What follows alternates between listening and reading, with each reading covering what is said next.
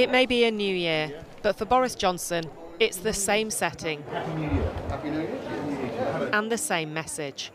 I've had mine. I had a Pfizer, but I think you're getting Moderna. I am getting Moderna, yes. A very good drug, I'm told. Arguing that this heavy focus on vaccines still means no need for new restrictions. I think the way forward for the country as a whole is to continue with the path that we're on. We'll keep everything under review. Of course, we keep all measures under review. But he admitted Omicron is taking its toll on our healthcare system. I think we've got to recognise that the pressure on our NHS, on our hospitals, is going to be considerable in the course of the next couple of weeks and maybe more. The most important data is hospital admissions, which are much lower than the peak last January, but are rising. There are now 14,210 COVID patients in English hospitals, up 68% in 7 days. The pressure is already being felt at an NHS trust in Lincolnshire. It declared a critical incident because Omicron is driving staff absences that are now compromising care. Is that a one-off, or is that something we're seeing across the country?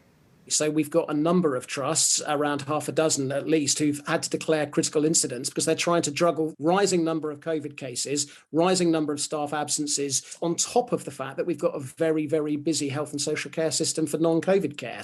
It's not just hospitals. Schools are also having to cope with the onslaught of Omicron.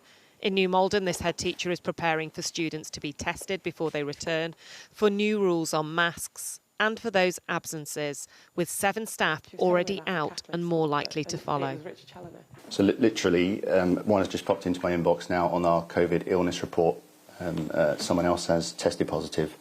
I imagine that's how it's going to be for most of this term, if I'm honest with you. So what are you doing to prepare for that? There is no extra money for supply, so we couldn't afford many supply teachers anyway. I think what we'll end up doing is what we call super covers, and having 80, 90 students in halls at exam tables getting on with their work quietly. But that is much more desirable than having students at home. And so in schools and in hospitals, the pressure is on. But for now at least, restrictions are not.